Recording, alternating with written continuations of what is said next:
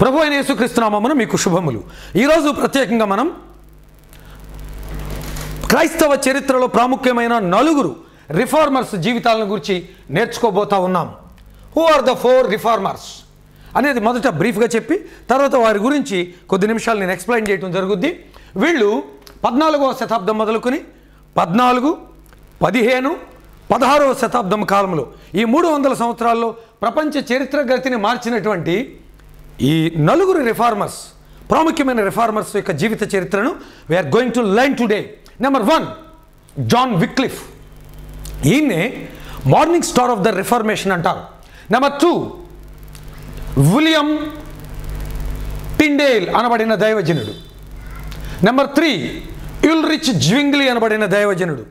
Number 4, Martin Luther. What about these? ఈ యొక్క 4 దైవజనుల యొక్క జీవిత చరిత్రను గురించి మనము క్లుప్తంగా ఈరోజు నేర్చుకుందాం. Number 1, John Wycliffe. బైబిల్ గ్రంథాన్ని సెయింట్ జెరోమ్స్ అనబడిన దైవజనుడు లాటిన్ భాషలోకి తర్జుమా చేస్తే ఆయన మంచి ఉద్దేశంతో తర్జుమా చేశాడు. అడిషనల్ 14 బుక్స్ కలపడానికి ఆయన ఇష్టపడలేదు. అపోక్రిఫా అనబడినటువంటి ఎక్స్ట్రా 66 గ్రంథాలు కాకుండా దాదాపుగా ఒక 14 గ్రంథాలు, దాన్ని ఆయన ఇష్టం లేకపోయినా బలవంతంగా వాటిని డౌటింగ్ బుక్స్ అని పేరు పెట్టి కలిపాడు. అయితే ఆ తరువాత తప్పుడు సిద్ధాంతాలకు పితామహుడైనటువంటి బిషప్ హిప్పో అనబడినటువంటి వ్యక్తి దానిని బలవంతంగా అపోక్రిఫగా పేరు మార్చి, అపోక్రిఫా అనగా దాచబడిన సత్యమని పేరు మార్చి ఆ ఎడిషనల్ నాన్ కానానికల్ బుక్స్, అది అదనముగా ఉన్నటువంటి అప్రమాణిక గ్రంథాలను బైబిల్ గ్రంథం ఒరిజినల్గా ఉన్నటువంటి 66 గ్రంథాలతో కలపటం అనేది జరిగింది. బిషప్ ఆఫ్ హిప్పో, అతన్ని ఫాదర్ ఆఫ్ కరప్ట్ థియాలజీ అంటారు. వాటి గురించి నేను హిస్టారికల్ స్టడీస్లో, బైబిల్ ట్రైనింగ్లో రేపటి నుంచి వివరంగా చెప్పుకుంటూ రావడం జరుగుద్ది. ఈ విధంగా బైబిల్ గ్రంథాన్ని లాటిన్లోకి తర్జుమా చేసిన తర్వాత లాటిన్ భాషలో నుంచి వేరే ఏ భాషలోకి మార్చకూడదు అని వాళ్ళు ఒక వ్యూని పెట్టి దానిని ఒక నామ్గా చేసి లాటిన్ దైవ భాష అని ఒక మాట మొదలుపెట్టారు. జాగ్రత్తగా గమనించండి, భారతదేశంలో హైందవ కొన్ని గ్రంథాలను సాంస్క్రిట్లోంచి మార్చకూడదని మొదలుపెట్టారు. కొన్ని 100 సంవత్సరాలు నడిచింది ఆ డ్రామా. In that aspect, why did they do it? What was their intention? If you think so, మనం ఆలోచిస్తే అసలు సత్యము బయటికి రాకూడదనే ఉద్దేశమే తప్ప సంస్కృతం దైవ భాష అని కాదు, లాటిన్ దైవ భాష అని కాదు. వాస్తవానికి పాత నిబంధనకి ఎటిమాలజీ హీబ్రూ, కొత్త నిబంధనకి ఎటిమాలజీ గ్రీక్. అసలు హీబ్రూ గ్రీక్ భాషలు ఏంటి, ఎందుకు ఆ భాషలో రాయాల్సి వచ్చింది, వాటికి లింగ్విస్టికల్ కోడింగ్ ఏంటి, న్యూమరికల్ కోడింగ్ ఏంటి, అవన్నీ నేను బిబ్లికల్ స్టడీస్లో కెననైజేషన్ ఆఫ్ ద బైబిల్ గ్రంథ ప్రామాణికత అనబడిన సబ్జెక్టులో టీచ్ చేయడం జరుగుద్ది. జాగ్రత్త గమనించండి. ఇలాగూ లాటిన్ భాషలోనే ఈ బైబిల్ గ్రంథం ఉంటూ కొన్ని సంవత్సరాలు వచ్చింది. ఒక ప్రక్కన హీబ్రూ ఓల్డ్ టెస్ట్మెంట్ ఇజ్రాయేలీలు చదువుతూ ఉన్నారు. ప్రపంచంలో దేవుని ప్రేమించేవారు ఆ భాష నేర్చుకుని చదువుతున్నారు. మరో ప్రక్క గ్రీక్ న్యూ టెస్ట్మెంట్ని చదివేవాళ్ళు చదువుతున్నారు. కానీ అది సనాతనమైన భాషలు అవటం వల్ల మోడర్న్ పీపుల్కి అర్థం కాకపోవటం, రోమా సామ్రాజ్యం ప్రపంచంలో అనేక ప్రాంతాలు విస్తరించడం, లాటిన్ భాష స్ప్రెడ్ అయింది ప్రపంచం అంతా. మీరు జాగ్రత్త గమనించండి, ఇప్పటికీ మనకి మ్యాథమెటిక్స్, కెమిస్ట్రీ, ఫిజిక్స్లో ఉన్న ఫార్ములాలన్నీ గ్రీక్ లెటర్స్లో ఉంటాయి. సోషల్ స్టడీస్ సంబంధించినవి మాత్రము, అది లా కానివ్వండి, ఎకనామిక్స్ కానివ్వండి, వీటికి సంబంధించిన టెర్మినాలజీ మొత్తం లాటిన్ ఎటిమాలజీగా ఉంటాయి. ఓకే, ఈ విషయాలు మనం పక్కన పెడదాం. ఇప్పుడు మనం ముఖ్యాంశానికి వద్దాం. జాన్ విక్లిఫ్ గారిని morning star of the reformation అని పిలుస్తారు. అంటే సంస్కరణకు వేకువ చుక్క. వాట్ డిడ్ హీ డూ అనేది మనం చూద్దాం. అసలు ఈయన ఎక్కడి నుంచి వచ్చాడు? ఒక పక్కన కేథలిక్ సిద్ధాంతాలు డెవలప్ అవుతూ లాటిన్ భాషను బలపరచడం, అప్రామాణిక గ్రంథాలు కలపటం, ఈ విధంగా దేవుని సేవను, దేవుని వాక్యాన్ని డిస్టర్బ్ చేసుకుంటా ఒక పక్క నుంచి అపవాది వస్తూ ఉంటే, మరో ప్రక్క నుంచి దేవుడు ప్రొటెస్టెంట్ చర్చెస్ని, బైబిల్ ట్రాన్స్లేటర్స్ని కాపాడుకుంటూ వచ్చాడు. క్రీస్తు శకం దాదాపుగా 50 సంవత్సరం టైంలోనే, 50-60 సంవత్సరాల కాలంలోనే అరిమతేయ యోసేపు, యేసు ప్రభు పునరుద్ధానం తర్వాత సమాధి చేయటం, యేసుప్రభుని సమాధి చేసే కార్యక్రమంలో అరిమతెయ యోసేపును, నికోదేము, జోసెఫ్ అరిమథెయస్ అండ్ నికోడెమస్ ఇద్దరు కలిసి ఆయన దేహాన్ని సమాధి చేశారు. అలా సమాధి చేయబడిన తరువాత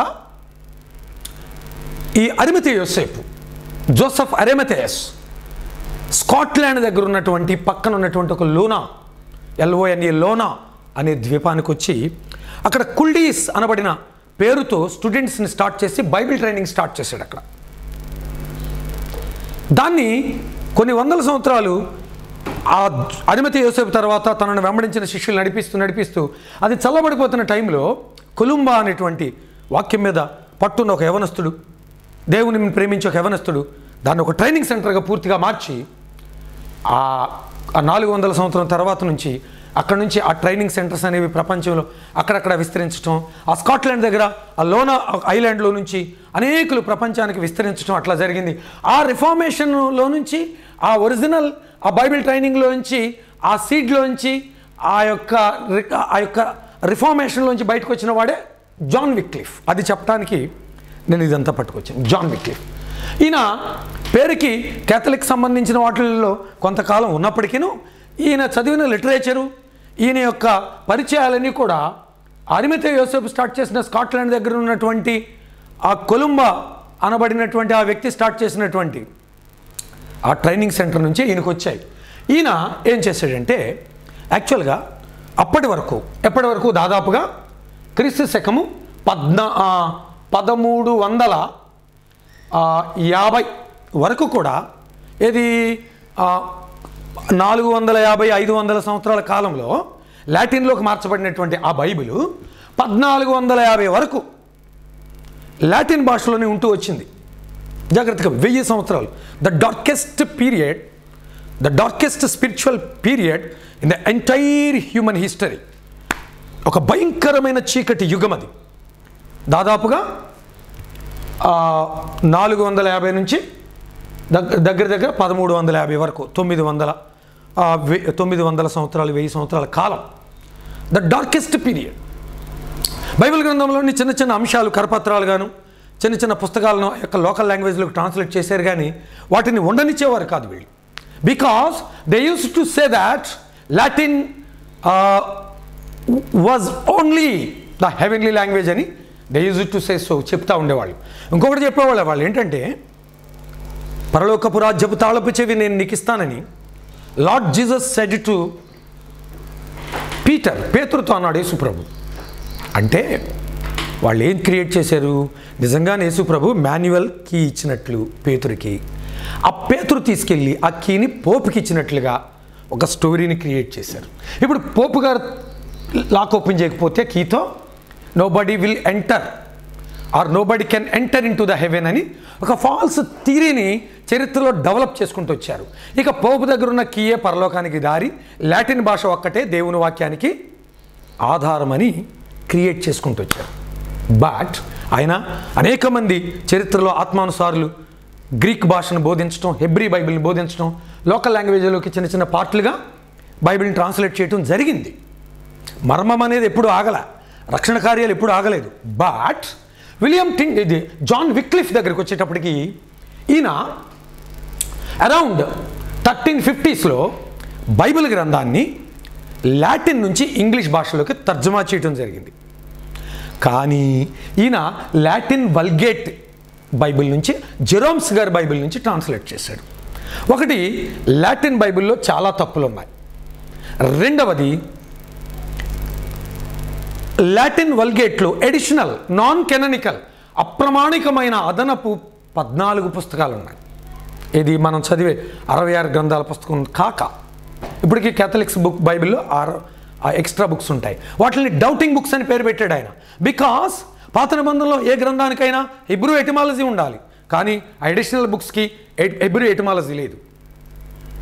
ఆ తర్వాత దాన్ని అపోక్రిఫ్ అని పేరు మార్చారనుకోండి, అది వేరే సంగతి. జాగ్రత్తగా విందాం. జెరోమ్స్ గారు మంచి ఉద్దేశంతో చేశాడు. తర్వాత దాన్ని అగస్టిన్ ఆఫ్ హిప్పో దురుద్దేశంతో దాన్ని తప్పనిసరిగా అపోక్రిఫ్ అని పేరు మార్చి, దీన్ని తప్పనిసరిగా బైబిల్తో ఉండాలి, దీన్ని ఎవరైనా అపోజ్ చేస్తే వాళ్ళ మీద దాడి చేయాలని ఒక శాసనాన్ని రిలీజ్ చేశాడు. కానీ క్యాథలిక్లు సైతము 16వ శతాబ్దము వరకు అఫీషియల్గా దాన్ని కంపల్సరీ చేయలేదు. ఆ తర్వాత మొత్తం ప్రొటెస్టెంట్ల చేతిలోకి వెళ్ళిపోయి బైబిల్ మర్మం బయటికి వెళ్ళిపోతుందని చెప్పి దాన్ని మ్యాండేటరీ చేసి ఇవి ఉంటేనే బైబిల్ అని చెప్పేసి వాళ్ళు అన్నారు. కానీ nobody can bind the truth of God. దైవ సత్యాన్ని ఎవరు కూడా బంధించలేరు. జాగ్రత్త గమనించండి. ఫస్ట్ బైబిల్ కామెంటరీ రాసిన ఆయన పేరు కూడా జెరోమ్స్ అనబడిన దైవజనుడే, Saint Jeromes. Augustine of Hippo father of corrupt theology. బిగినింగ్లో ఏమన్నా మిస్టేక్ అయితే సరి చేసుకోండి దాన్ని. ఇక్కడికి వద్దాం. జాన్ విక్లిఫ్ ఆయన ఈ విధంగా బైబిల్ ట్రాన్స్లేట్ చేశాడు. ఈయన ఈ విధంగా చేసినందుకు ఆయన చనిపోయిన తర్వాత కూడా ఆయన ఎముకలను బయటికి తీసి కాల్చడం అనేది జరిగింది. ఆయన బ్రతికుండగా ఆయన ఏమి చేయలేపారు. ఎందుకంటే he was such a vast knowledged scholar in Europe continent. Entire in the Europe కాంటినెంట్లో అంత జ్ఞానం కలిగిన దైవజనుడు ఎవరు లేని కారణం చేత, అంత జ్ఞానం కలిగిన దైవజనుడు ఎవరు లేని కారణం చేత ఆయన ఎవరు ఏమీ చేయలేకపోయారు. అయితే ఈ లాటిన్ భాషలో నుంచి ఇంగ్లీష్ భాషలోకి వచ్చినటువంటి ఈ బైబిల్లో అనేకమైన పొరపాట్లు ఉన్నాను. మర్మం, రక్షణ మర్మం, విశ్వాస సూత్రం, the formula of faith and the mystery of salvation got spread among the people, especially among the English people. ఆ ఇంగ్లీష్ ప్రజల మధ్యలోనికి రక్షణ మర్మము, విశ్వాస సూత్రము బయటికి వెళ్ళిపోయింది. But what happened the next? ఆ తర్వాత ఏం జరిగింది అనేది ఒకసారి చూద్దాం మనం.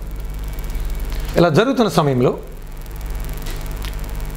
ఆ తర్వాత ఒక 100 సంవత్సరాలకి జానిస్ గుటెన్బర్గ్ అనబడిన దైవజనుడు he invented printing press along with his friend. ఆయన స్నేహితునితో కలిసి ప్రింటింగ్ ప్రెస్ని ఇన్వెంట్ చేయడం జరిగింది. ఆయన పేరు జానిస్ గుటెన్బర్గ్ ఆయన పేరు అది. ఆయన 1440లో అత్యంతరాన్ని కనిపెడితే అతనితో ఉన్నటువంటి అతని స్నేహితుడు ఒక వ్యాపారానికి సంబంధించిన పుస్తకాలు కొన్ని ప్రింట్ చేద్దామన్నాడు. గుటెన్బర్గ్ గారి అభిప్రాయము, Bible should be printed in the printing press. That should be the first book in the world. That was his intention. Actually Gutenberg గారి ఉద్దేశం ఏంటంటే మొట్టమొదటిగా బైబిల్ని ప్రింట్ చేయాలి, ప్రపంచంలో మొట్టమొదటిగా ముద్రిత గ్రంథం ఏదంటే బైబిలే అని ఆ పేరు రావాలనేది ఆయన పట్టుదల. దానికి ఆయన కొంతకాలం చీకు పెట్టుకుని మంచం ఎక్కడం కూడా జరిగింది దైవజనుడు. అయితే ఆయన పంతం మేరకు మొట్టమొదటిగా లాటిన్ వల్గేట్లోంచి ట్రాన్స్లేట్ అయిన హ్యాండ్ రిటెన్ కాపీ అయినటువంటి జాన్ విక్లిఫ్ గారి బైబిల్ని మొట్టమొదటిగా ఇంగ్లీష్లో ప్రింట్ చేయడం జరిగింది. That was the first printed book in the world. That is the work of John Wycliffe. కానీ అది లాటిన్ నుంచి తీసుకోవటం వల్ల పూర్తిగా సంఘము దాన్ని అంగీకరించలేకపోయింది. కానీ సంఘానికి దానివల్ల మేలైతే కొంత జరిగిన మాట వాస్తవం. ఇట్లాగ జరుగుతూ వచ్చిన తర్వాత while the things are going on in that way, William Tyndale అనబడిన దైవజనుడు దాదాపుగా 1520 కాలంలో బైబిల్ గ్రంథాన్ని ఒరిజినల్ గ్రీక్ నుంచి న్యూ టెస్టిమెంటు, ఒరిజినల్ హీబ్రూ నుంచి ఓల్డ్ టెస్టిమెంట్ని ఎటిమాలజీలో నుంచి ఆయన దాన్ని ట్రాన్స్లేట్ చేశాడు. అందుకే విలియం టిండేల్ గారిని ఏమని పిలుస్తారంటే కెప్టెన్ ఆఫ్ ది ట్రాన్స్లేటర్స్ అంటారు. ఆయన ఇన్ దోస్ డేస్ ఈ mastered 8 world languages, world famous languages. ప్రపంచ ప్రఖ్యాతి చెందిన 8 భాషల్లో ఆయన పండితుడు. Hebrew, Greek, Aramaic, Latin, English, French, ఇలా ప్రాముఖ్యమైనటువంటి 8 భాషల్లో ఈ మాస్టర్డ్. ఓకే, ఆయన అంతేకాదు, ఆయన ఫాదర్ ఆఫ్ ఇంగ్లీష్ బైబిల్ అంటారు, ఆర్కిటెక్ట్ ఆఫ్ ఇంగ్లీష్ లాంగ్వేజ్ అంటారు. ఆయన బైబిల్ ట్రాన్స్లేట్ చేసిన తర్వాతే మోడర్న్ ఇంగ్లీష్ పీరియడ్ స్టార్ట్ అయింది.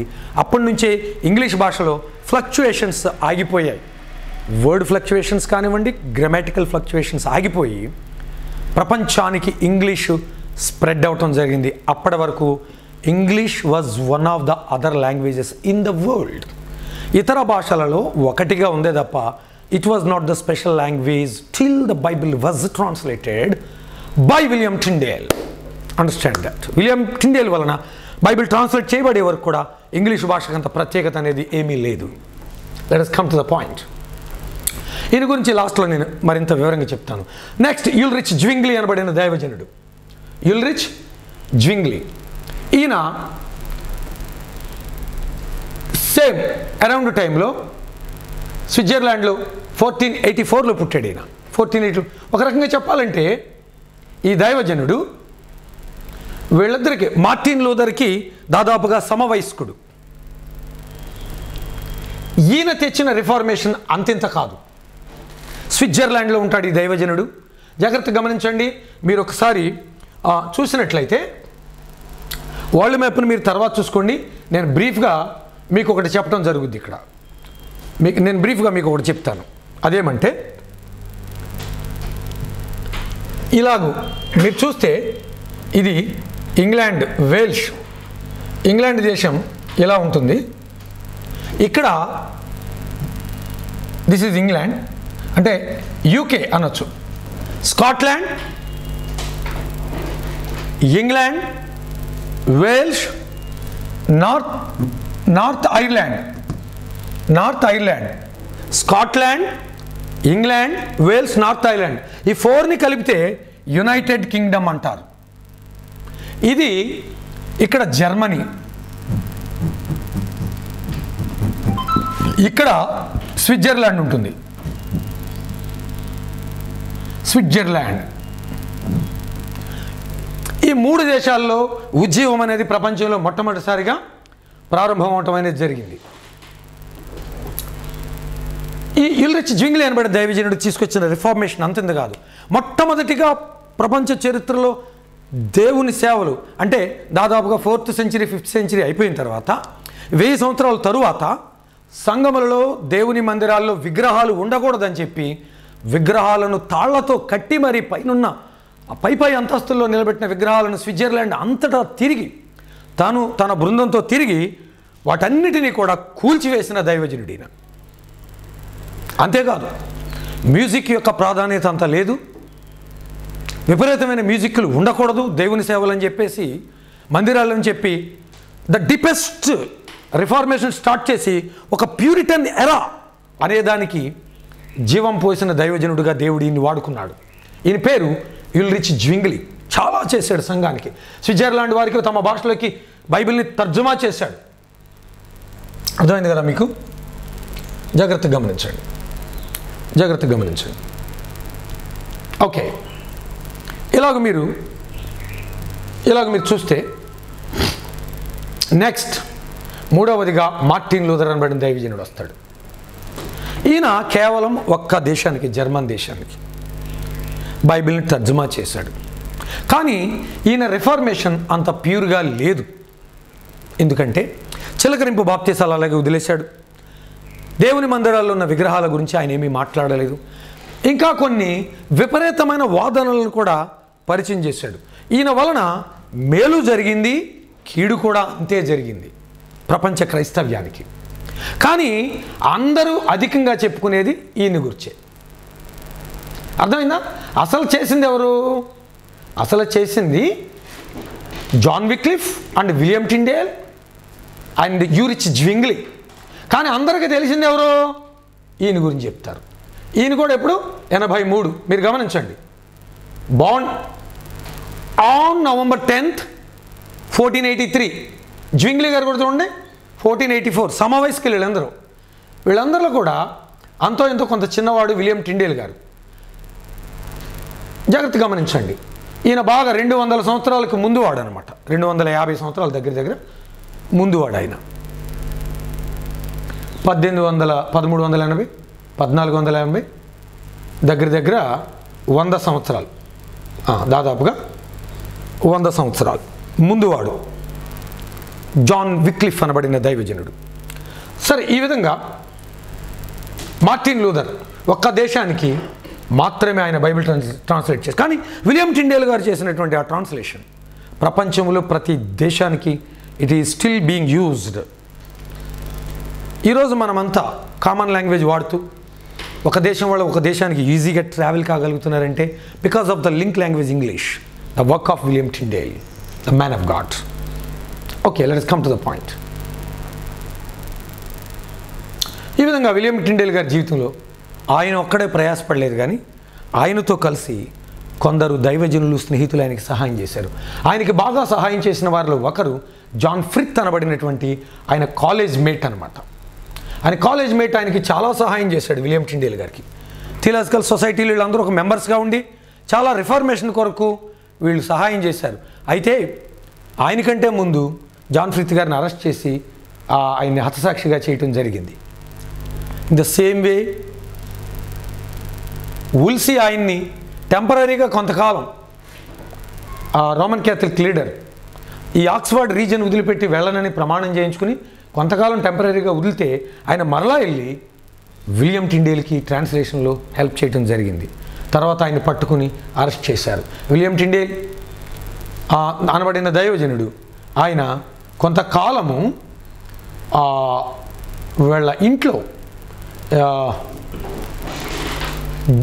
Sir John Walsh and Lady Walsh ఇంట్లో ఆయన చిన్నపిల్లలకి ట్యూషన్ చెప్పుకుంటూ ఉన్నాడు.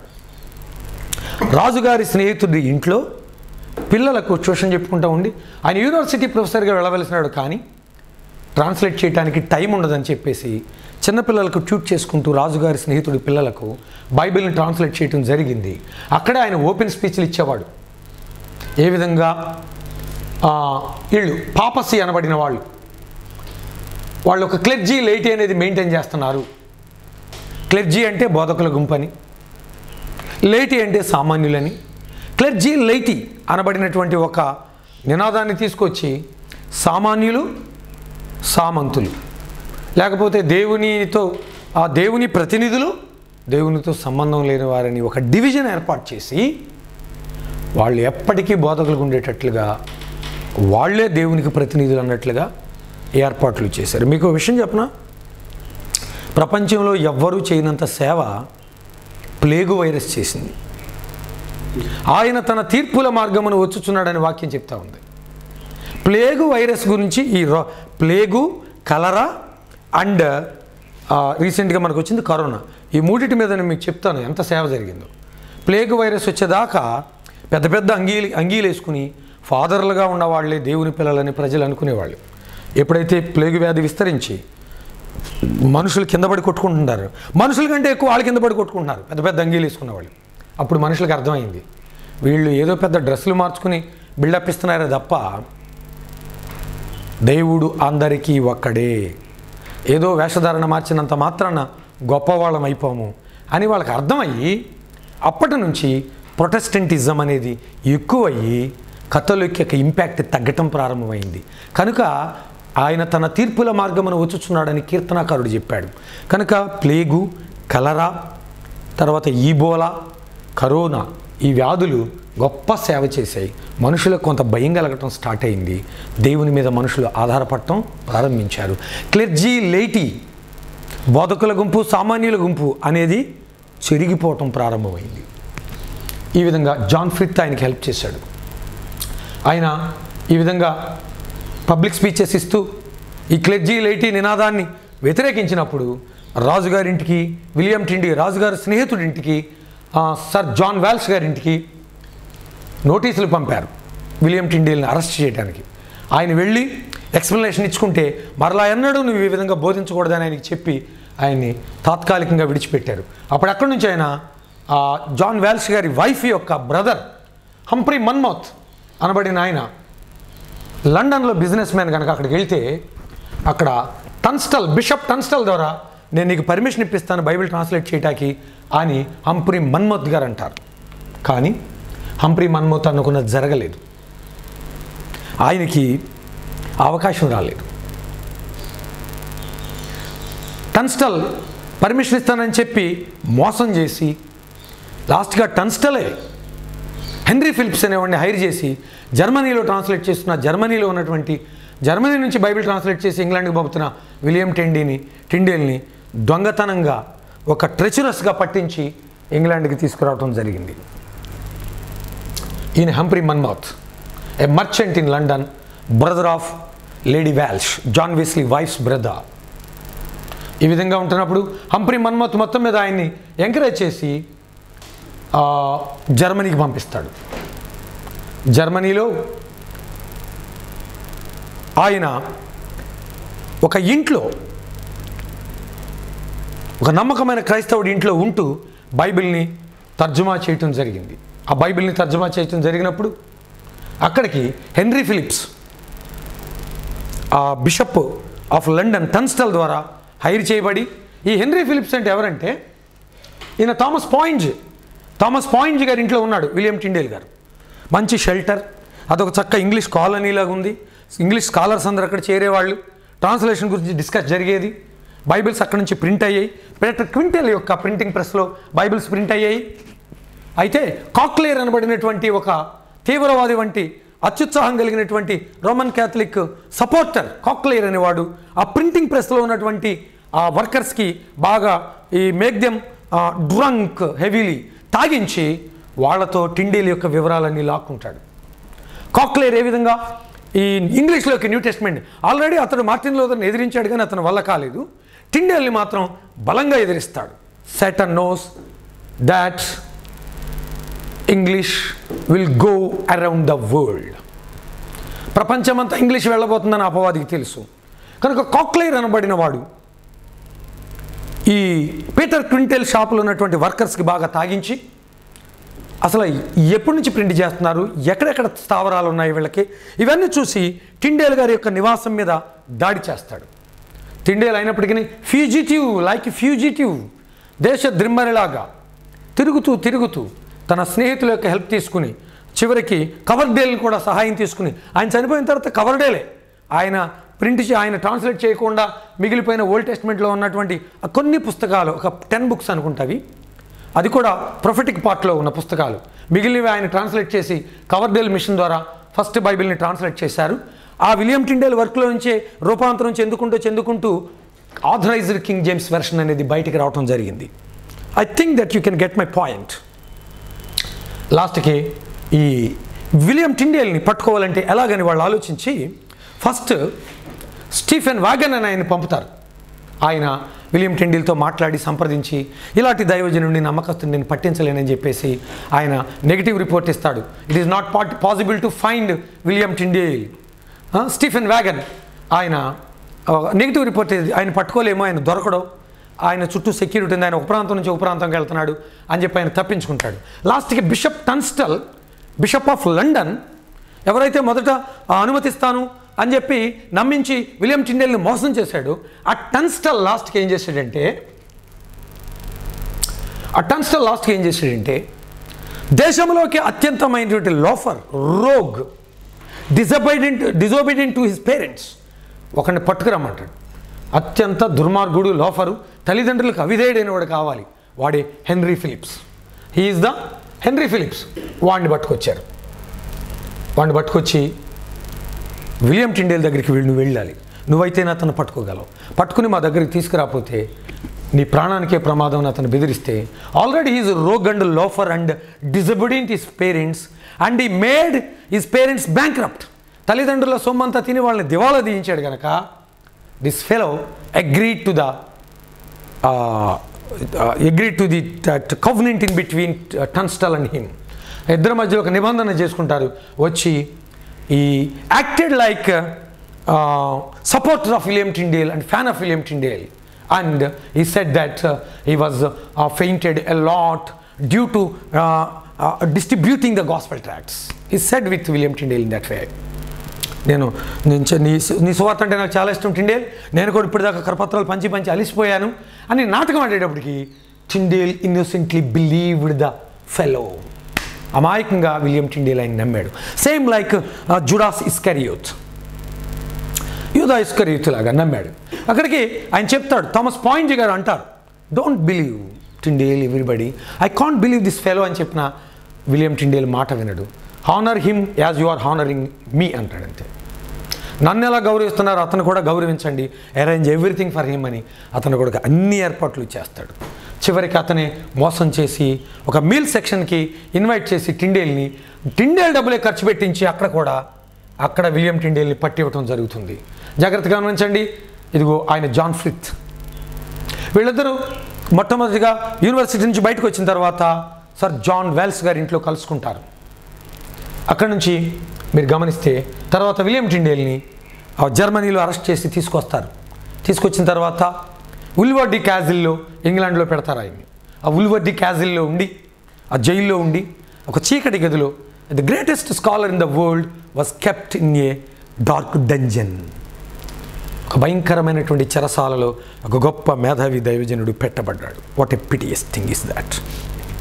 అక్కడ ఉండి ఆయన కొంతకాలము ఆయన కోల్డ్తో బాధపడి సైనస్ పట్టేసి తగినన్ని వస్త్రాలు లేక ఫైనల్లీ రోట్ ఏ లెటర్.